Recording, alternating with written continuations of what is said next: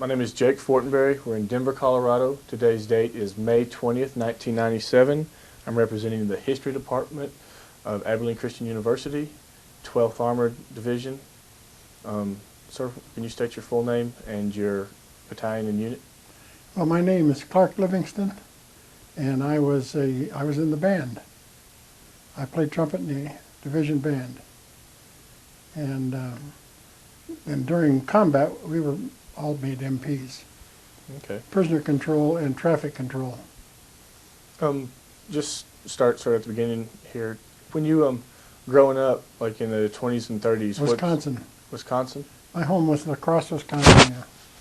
Yeah. You remember anything special about it or unique? I'm just glad to get out of it. No, right in the Mississippi River. Yeah, it was a nice place to live. Matter of fact, there were quite a few guys in our outfit that came from La Crosse. So that's all I know about it. What did your parents do for a living? Well, my father didn't live that long. He was a salesman, and he died of a heart attack when he was 53. And my mother never did any work in her life, Yeah. except raise me. I'm sure that was quite a bit of work. So. But La Crosse is a very productive community. It's an industrial center, and it's right in the Mississippi River, and so a lot of tourists and the excursion boats go up and down from St. Louis out to Minneapolis. So there was a lot of good summer activity. What do you remember about the Depression? About the Depression? Yes, sir.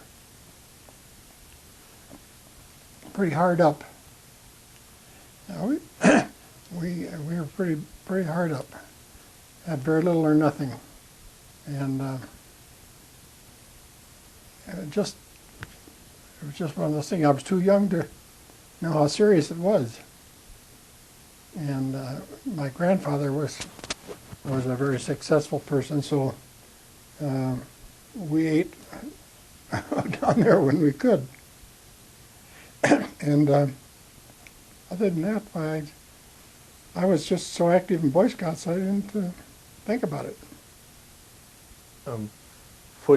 You graduated high school? Yeah, La Crosse Central High School, and then I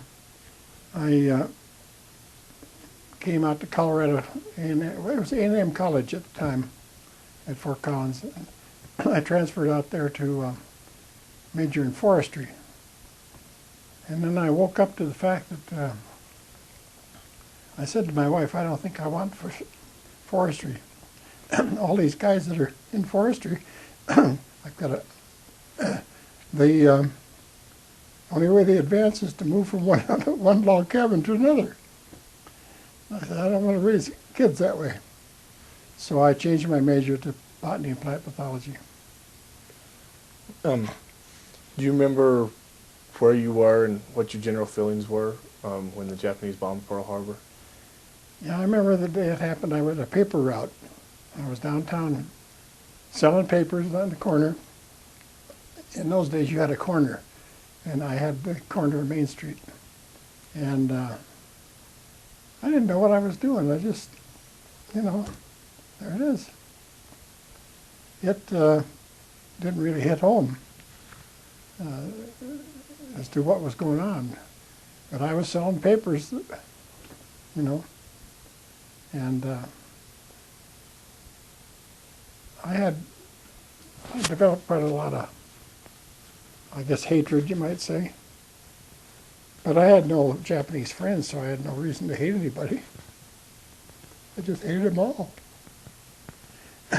And then later on, as I became a professional, I hired a Japanese guy, and we were fine together. So that was a temporary thing, just an attitude.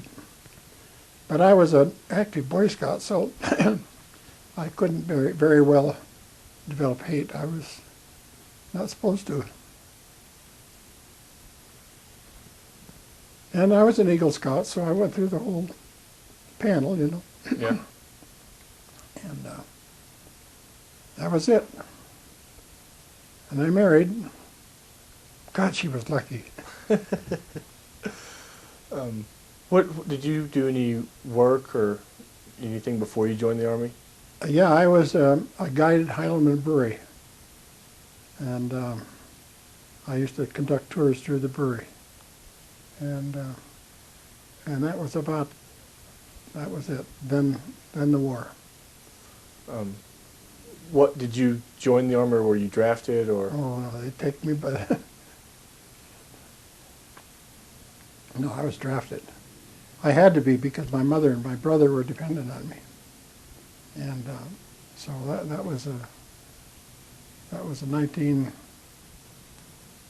Can't remember. Anyway, I was a draftee, yeah. But I remember I was a band leader too. I had my own orchestra. In those days, I was gainfully employed. Yeah, I was playing, and I remember they were recruiting down there in Camp Campbell when we landed there. This lieutenant walked all the way across this big field house. He saw me, and he said, "Aren't you Bob Clark?" And I said, "Yeah." He said, "I've danced to your band. Come on, you're going to be in the band." And of course, my mother thought, "Well, he could be safe." That's so. Well, they made MPs out of us.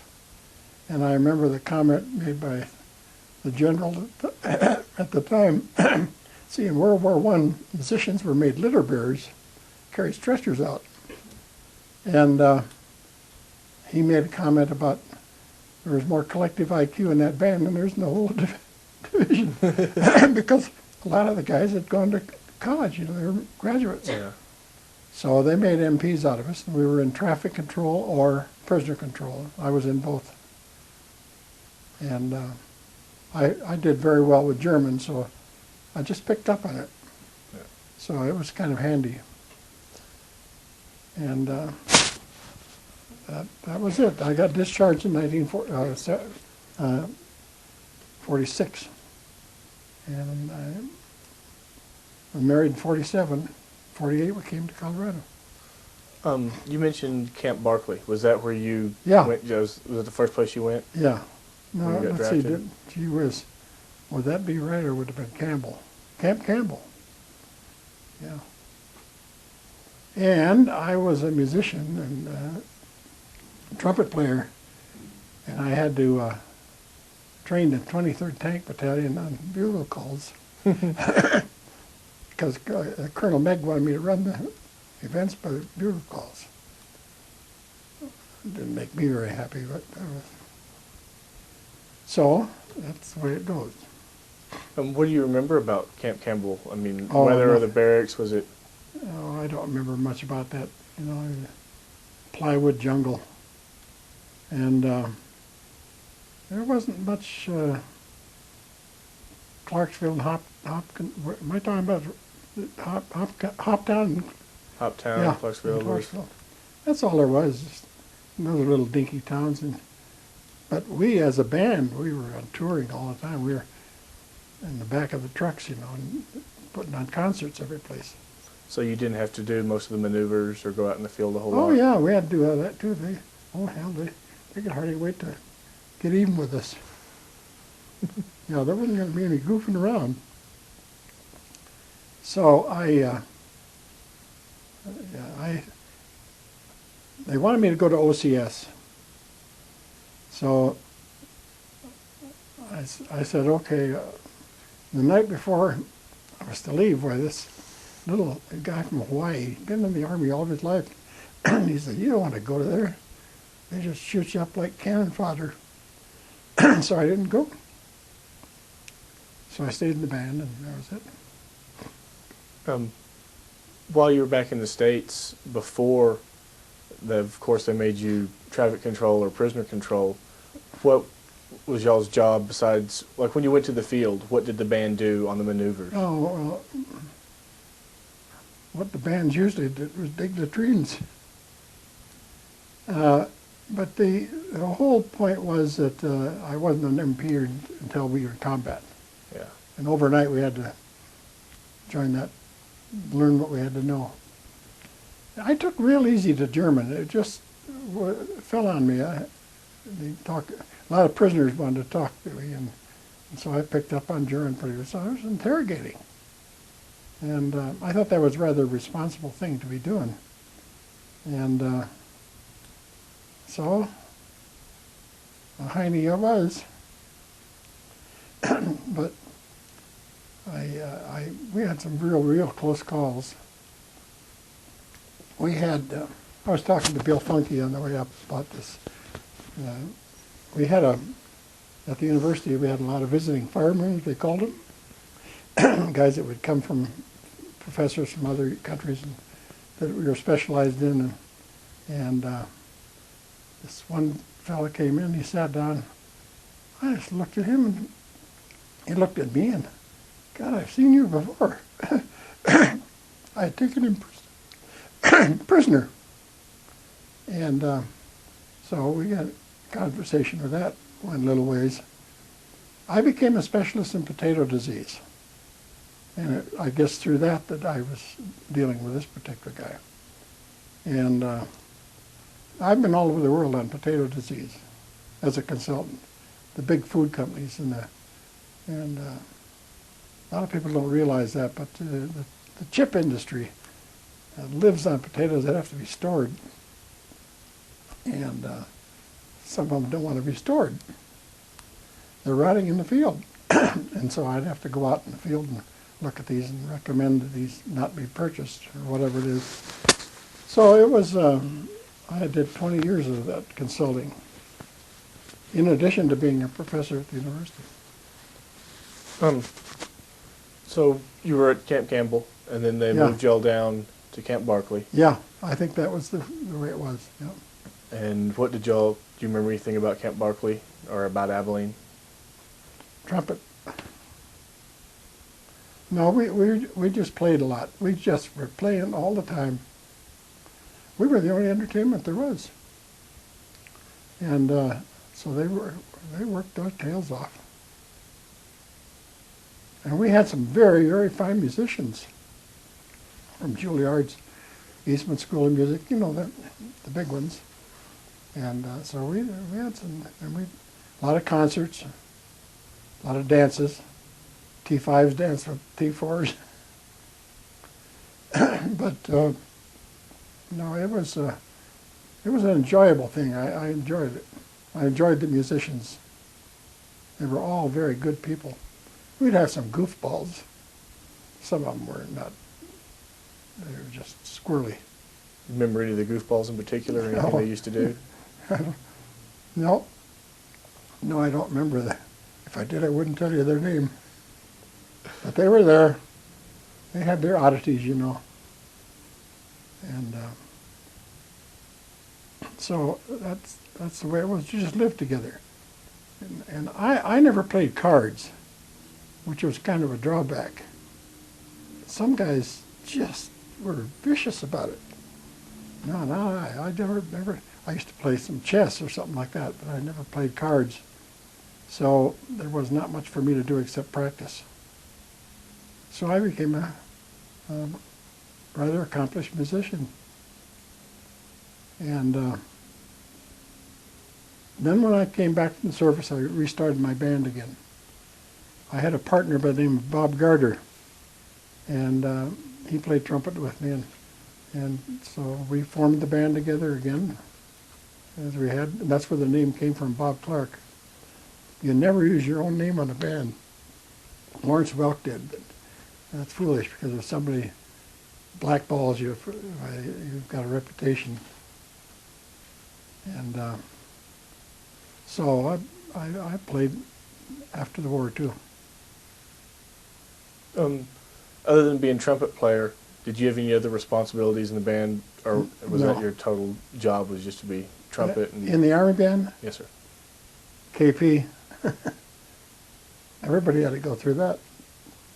It seemed like they delighted in cornering the band, putting them on these menial tasks. We had one clarinet player that was doing dishes one time, and I think the colonel is the one that saw it. He said, "Get him out of here. He's got one pair of hands." He took very seriously to that, you know. He said, "Infantry guy cut his hand off, that's all right, but you got to have that clarinet." So, yeah, we had some good musicians. We had some squirrely ones, like everything. What do you remember about when y'all were leaving Camp Barkley, headed to Camp Shanks up there in New York? How'd y'all travel? That was hell, because we were on that train. I think I get it all right now. We left Barkley to go on the train, and we came to Camp Shanks. And the next thing I knew, we were in New York City. We had overnight furlough. So everybody went to town. It was just kind of a lost cause. What the hell do you do in this big town? And the next day we were on our way. But it was a boring ride. There was nothing to do but lots of people waving at us as we went by. They knew we weren't the Amtrak. So mothers and daughters, you know, the whole thing. Well, what type of vehicle did y'all have to carry all y'all stuff around? Oh, Just we a were truck hauling or a half track. No, 2.5-ton trucks, you know. Everything was up on the truck, down on the ground, up on the truck, down on the ground, jumping around. Oh, it was a typical. Nothing fancy about that. And most of the guys would jump off the truck, and sometimes they'd fall on their horns. And everybody, they weren't any real athletes in the bunch. You know, we were just a bunch of sissies. Been fostered people, you know, just, no. So it was 2.5-ton truck the whole time. And we all had our training. We'd been in the tanks too. Anything to get out of that damn tank. Because we knew darn well that if you're in that tank, you're not going to last long. You ever been in one? Yes, sir. It's a trap. Well, I was an infantryman, so I agree with you. Yeah, it's a real trap on fire. I can remember some horrible things like tank getting hit, and you could hear those screams for a mile away. Gasoline, high-test gas, you know. But that's the way it was. Germans had the same problems. A lot of that's just pretty much blank to me. You know, all those things happened, and it just happened, and when it was over, why we came home. Yeah. What do you remember about the ship ride over there? Well, we went over on the boat was the Empress of Australia. It was a British boat that had been captured by the British from the Germans and been renamed that way. And it was it was just another boat ride. But I know what we were sinking. That boat had been had taken a load of German prisoners to New York from Africa, and it had been hit. The dang boat was put into steerage long enough to empty out these dead Germans in those compartments, in those rooms. Loaded up with water and food, put us on it, and away we went. And the boat was listing almost all the way over. Well, you know, it's like this. They'd get 1,500 guys to go over on the other side of the boat. We had no idea what was going on. But that damn boat was sinking. So we were not too thrilled. We knew something was wrong. But that's all I remember about that boat trip. It was just boring as all get out. Well, we had to worry about submarines, of course, you know. The time you see a light off in the horizon, that's trouble. And so the Heinies were after us. Well, we were 1,500 men on that boat. And the armored division, well, they wanted to get us out of this. They didn't want us to land. Mm-mm. And if I recall, we had the tanks and everything on the boat. No wonder it was listening. Yeah. Y'all stopped in England for a little while, didn't you? On the way over. On the way over, I'm kind of at a loss on that. Tidworth Barracks. Tidworth Barracks. Oh yes, British post. Yeah. Yeah, we stayed. I was. Oh God, the concert started again. We had everything going for us, but always our horns had to bring her in because we were the only thing that the guys had going for them was the band. We meant an awful lot to those guys, but it's hard to remember exactly. But Tidworth Barracks, I remember that. Yeah. Did you guys get, other than playing a bunch, did y'all get to go out and see any of England at all? Oh yeah, wild.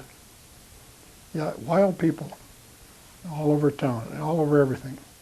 Oh, and the guys, the girls loved us. They loved the GIs. Oh yeah.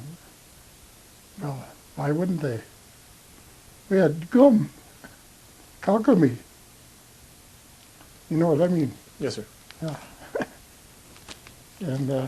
And the kids, kids would just line up all of the streets, you know, and every time we go someplace, kaugummi, chewing gum. And yeah, we were popular people. And the band, I think, was very popular because we had something they could admire. They saw the horns and they liked the music. Yeah, that was a nice time. Tidworth Barracks. Very, very British. All you needed was a bagpipe.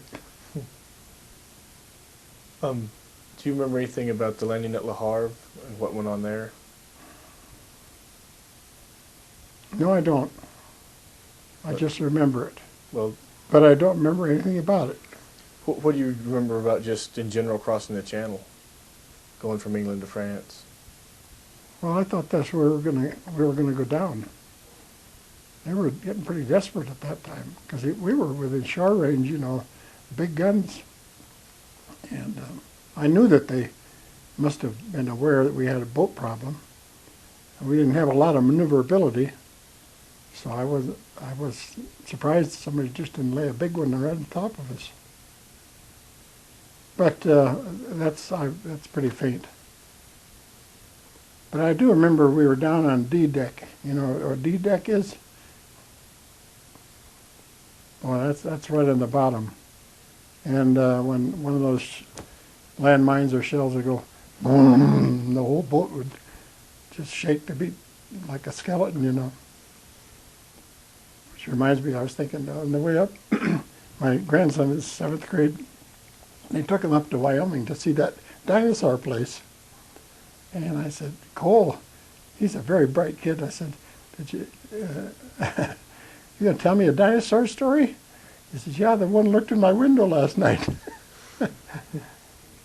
It's funny how you remember things like that. And yet, the trip to Havre, no, I don't remember much about it. Do you remember, I mean, when you got there in France, how were the French people, the civilians? How Hated us. They hated us with a passion. Those damn Americans. They really didn't treat us nice at all.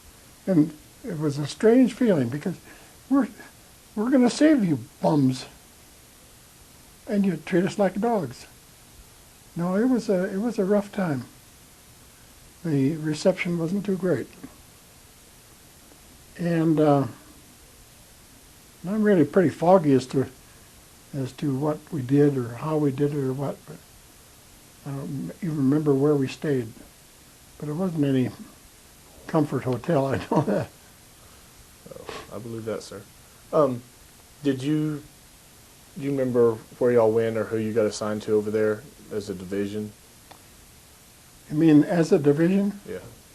No. Let's go, that's all I remember. Um, did you do anything or participate in the Battle of Hurlshan? Sure did, but I don't remember a thing about it.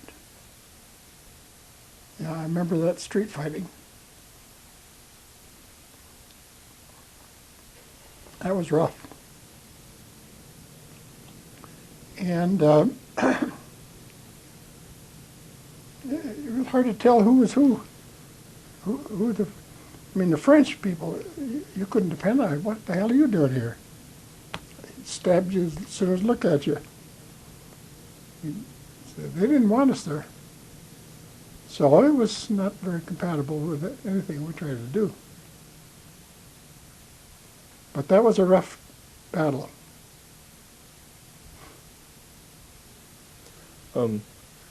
At when in at or at what town were you already in Germany? Were you still in France when they brought you guys from being a band to doing MP duty? Oh, that was right off the bat. Right off the bat, we were MPs right off the bat. And yeah, we had to go right to work on them. Interrogating German prisoners. And now the other job we had was traffic control. You have to imagine how important that was. Did you see the movie Patton? Yes, sir. You remember Patton comes down the hill in this empty field. There's a tank sitting there and another one, and they're crosswise. And somebody had missteered one of the columns. When you get a column of tanks crosswise, you're in trouble. So our job was to direct the traffic and keep them in the right place. So we had a lot of secret information. I remember a lot of meetings where we'd have to write some notes down. We had to swallow them. Yeah, there wasn't anybody leaving straight paper around. And so, yeah, we had to learn fast. Because what was the secret stuff that what was so concerning? Oh, well, we had to erase all the numbers on our vehicles. You're not the 12th Armored. You're just somebody. And that was a pretty prominent thing. Don't give away your unit number. And that was, I thought, was very interesting because interrogating German prisoners, well, those heinies would tell me anything I wanted. They just opened up like a book. They wanted to be well treated as prisoners. They didn't, hell with everybody else, just me as an individual. I want to be well taken care of as a prisoner. As a prisoner, did they generally behave right, or did you Oh have no, problems? they behaved real well. The biggest problem was with the Germans. They were so doggone hard up and so destitute. We'd have to search them for knives and stuff under the armpits. And that leads to an interesting story. Loaded with fleas. And one day I was doing the usual thing, and I looked down, every hair on my body was covered with those eggs. I was just crawling with them. So I ran there was a creek going by with a bridge on it. I ran over to that creek with a cold water razor and had to shave all the hair off of me that I could. And that didn't have any barber salt either. So then all of a sudden I heard this, there's a Messerschmitt spotted me. You know what I'm talking about, a Messerschmitt airplane? Yes, sir. He starts diving and he starts strafing on me. And I mean, he was going here and there, almost between my legs, you know. And I hid under the bridge, and then he kind of laid off of me. But if I had stayed there, I wouldn't be here. Oh yeah, those were typical things. Another one that was very important that Girls, oh, we had a lot of trouble with girl prisoners. They had a knack for hiding weapons in some of the doggonedest places, and they did too. A 25 caliber pistol like that, hidden in the proper place. And get ready, and they'd be in the and nail the guy that was guarding the prisoners. And so you had to be careful of everything. I mean, you couldn't trust those French. The frogs, we called them. That's all they were. And the kids were harmless, but they wanted to be part of the war, you know. So they were doing foolish things. And you had to protect yourself against the kids, because if you didn't, why, they'd nail you. And, that's just combat stuff, you know. And sometimes it gets worse, and sometimes there'd be times when it was just boring. And then there were times when it wasn't. But we were all equipped with carbine rifles. It's rather short for in a tank, you know. And none of the big M1s and all that stuff. That was basic training. So here we were with those carbines, and we didn't have sidearms, so we'd steal them from the Germans. I had Lugers all over my hips, and I wouldn't have hesitated to use them either. But the infantry stuff, the heavy M1 rifle, no, we didn't do that. That was in training, that's all. You know, as you stop and think about this whole thing, it's one big puddle of gamish. And little things come out, but you can't think of them at the time. But something will trigger off something, and you say, oh, I remember that. And probably insignificant, but it was something that happened. And I remember my mother, she kept saying, oh, my son's in the band. He's going to be safe. Nope. Well, that wasn't the way it was. Was it hard being gone with your mother and your little brother at home? No. No, I didn't have any trouble with that. No, not at all. I had a job to do. And the draft board said so. Yeah. So,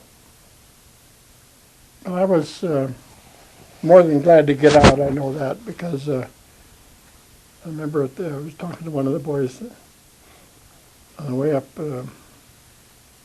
when I was discharged in camp from Fort Sheridan. We had a card table sitting there with an officer at it, and he was trying to recruit us for permanent service. Oh boy. Bye.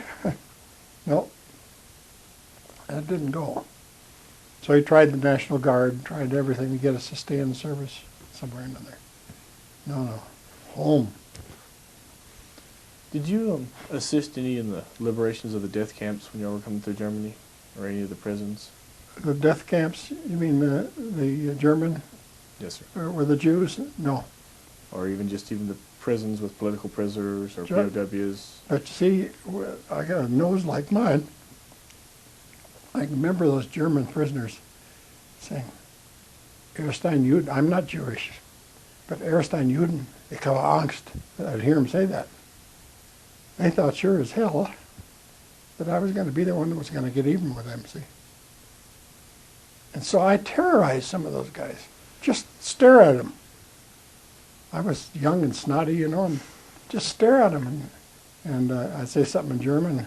Boy, they just minded me like, yeah, it was good. But they really did think that I was sent there to get even. And those jobs would have been helpful. You don't get a chance to explain that, you know. You just, that's your enemy. And a nose is a nose, and my name is Livingston. Oh, you mean Levenstein. The whole thing kind of all fit together for misinterpretation. And so I don't know, I picked up another name and I used that, and Big Vice, no, it was pretty hateful time. Everybody hated everybody. There wasn't any real friendship, except within the group, with our own bunch. Do you remember what was going on, or what you guys were doing the day that you found out that the war was over? The day the war ended, Mm-hmm. played. Must have played the Star Spangled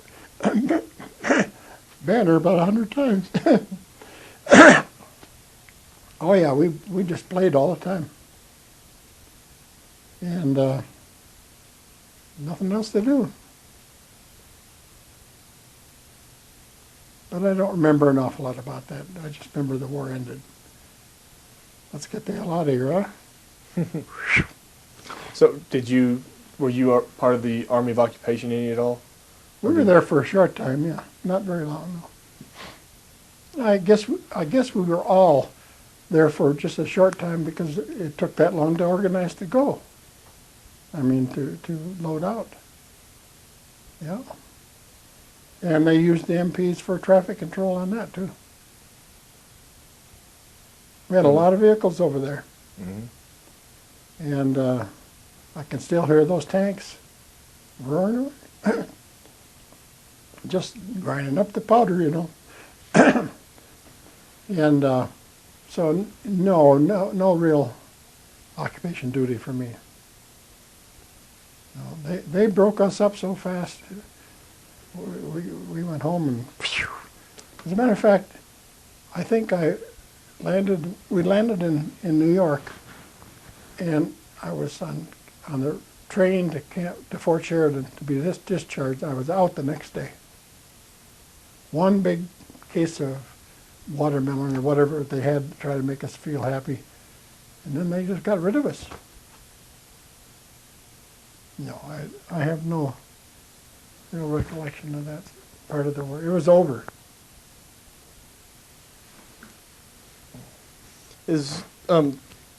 While y'all were over there with the German civilians, did y'all have any contact with them? I had a lot of touch with German civilians because here I could speak German. And that was another, I thought that was Yiddish. Just couldn't get away from it. But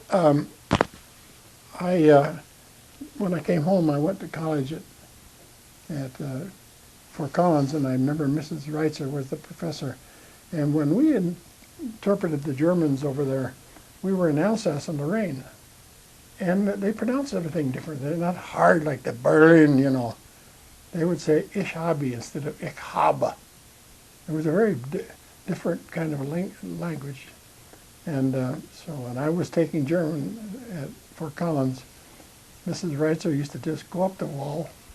No, it's ich habe, not ich habe. And so I had a lot of habits I had to break in order to please my German teacher. But I'd learned it from Alsace and Lorraine people. Hell, they were just farmers, and yeah. But you got to learn the language. Some guys never did. They'd play jokes with it, They'd get some crackers out or some cheese and try to. You can't. The cheese doesn't talk. So you eventually have to try to learn the language enough to get by. And I had to know enough to speak with some authority of those prisoners, And they paid attention to it. They listened. I spoke with a harsh tone and short sentences, and I didn't know any grammar, so I just used to use short words, and wham, bam, they did what I told them. They knew goddamn well as he was going to get them. That's always been an interesting thing because I couldn't get rid of it. And the name was a dead giveaway. I've changed my name a couple times. I wore a different name just so I could uh, get off of that binge that I was on there. So it's just a big bad memory in many ways, but lots of good things happened. An awful lot of good things. You met a lot of nice fellas. You met some trash. I mean, when you start drafting the public, you got every kind of a twerp that there ever was, and you got guys that are queer, got guys that are just as honest as can be, guys that would defend you till hell would have it, and you got guys that would shoot you in the back if they had a chance to, and you never knew who they were. So it was an education. One time, it's enough. What was probably your favorite part of it? I mean, I know that like you said, many ways it was bad, but in a lot of ways it was good. Well, what was probably your favorite part? Well, with me, it would have been music, because that was what I was in. We had a hell of a good band, and we would break up and form. You ever see T5 dancing? T4. That's quite a couple. And It looks odd. yeah, I know, but they were in love. No, it happens. And then all the German and French girls, God, they wanted to go to the parties wherever we were playing. And the guys, they went for that, you know. And there were some guys that looked upon women in a way I didn't appreciate. They were just targets. But that's war. And I didn't criticize them for it. I was a good boy, and I hate to say it, but I was.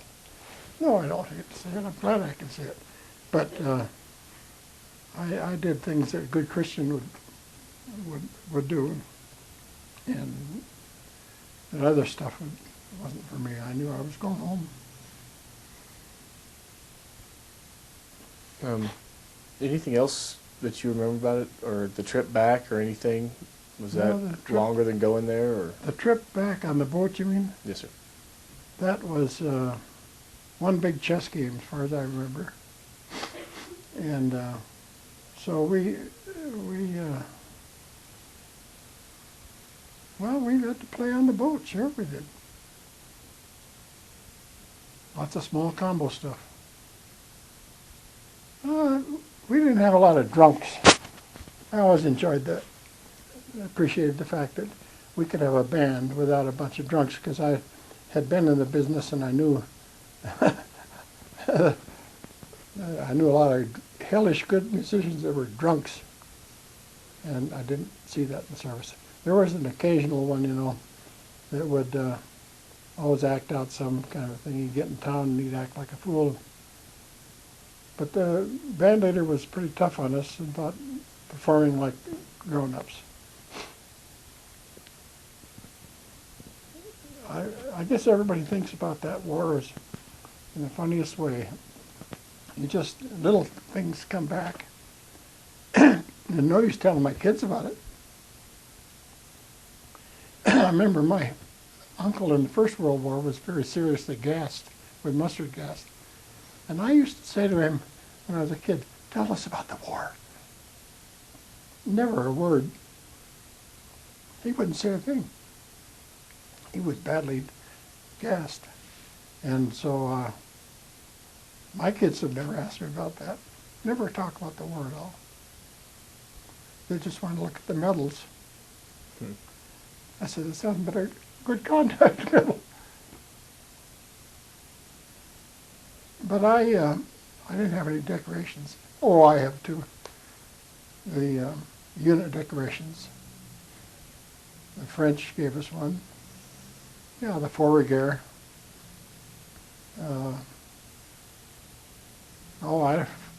Isn't that funny? It just, those things have vanished. But I wouldn't know what to tell somebody today if they had to go through it. I don't know what I'd tell my own son.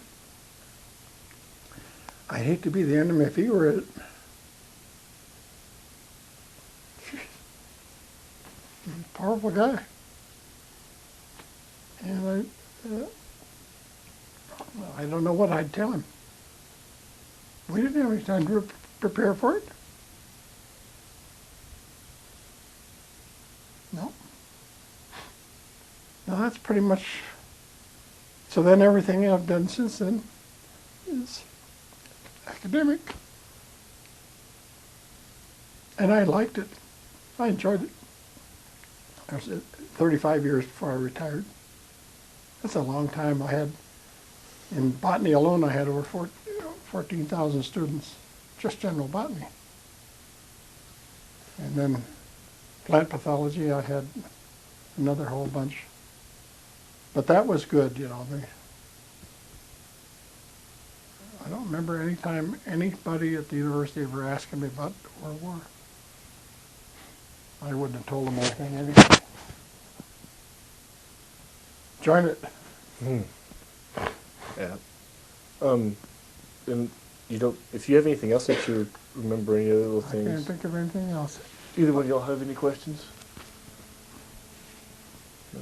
I don't have any connection with anybody in the division, but what's his name? Your boss, Dr. Williams. Williams. Yeah, he had my pictures one time. I gave him my whole collection of pictures, and I got them back. Mm-hmm. But there was quite a stack of pictures. Oh, I know. Yeah, they were German pictures mostly.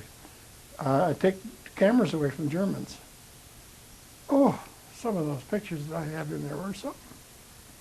And so I saved them and had them printed, and that was my collection. So I let him borrow that, and I think he duplicated some of it. I'm sure he did. But it was about 2 albums about that thick. Yeah, I just, that was the war. I don't know what your generation's going to say about the next one. I did have a question about the German prisoners. Yes. Did you notice the difference between the SS and the regular German soldiers? What was the difference? Between the accent of the German prisoners? Between how they acted towards you, Oh, no, they always acted well toward me. even the SS, because of you know? They knew damn well. Don't mess with that Hebe. That's an awful stigma, but it's there. And they didn't know my name. But some of their leaders did. Liebenstein, oh yeah, changed his name. That was pretty prominent. But I was aggressive. And that came across real strongly. You don't want to be meek with German prisoners. Jetzt, now. See? God dang, I'd give it that one, you know. I mean, now. Achtung. And they would do just exactly what I said. But the German people I thought they were very good to us. They wanted the thing to end too. They'd lost their kids. They were all worn out. Did that answer your question? Yes. I was wondering because I know that from talking to some other, the SS seemed to be more, not ornery, but just more militant, you know. And they had the tattoo under their arm. And Oh, the swastika on the arm? Yeah, you know, the Germans could get rid of that with condensed milk. Oh yeah, they always wanted to get some condensed milk and rub it. There was a dye that would come out. And so that was prominent. But, oh yeah, that Sturmstaffel, yeah, SS. They're the ones that had to worry about, the SS Sturmstaffel. They were mean. They were dedicated to die for Hitler. Sieg Heil. They'd go stand in front of you and go Sieg Heil. Stand right there in front of you and do that. And you had, that's what you wanted to do.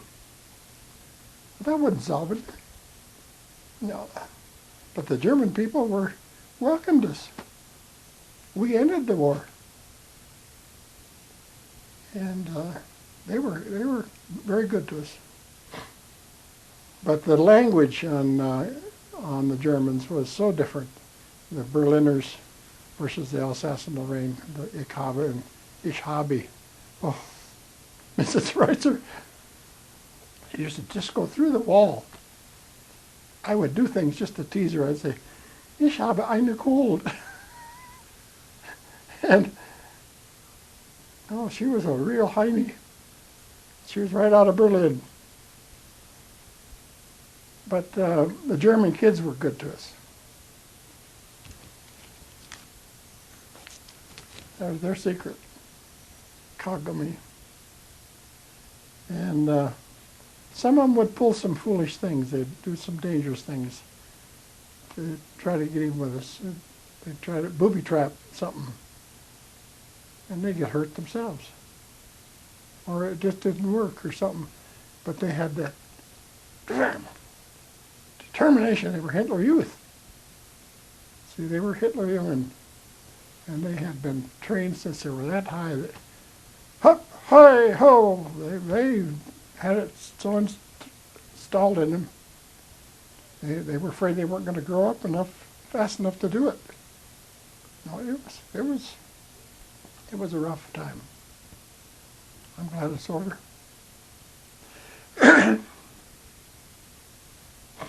Do you think of anything else? Not that I can think about, sir. Okay. We really appreciate that, Mr. Livingston. Oh, yeah.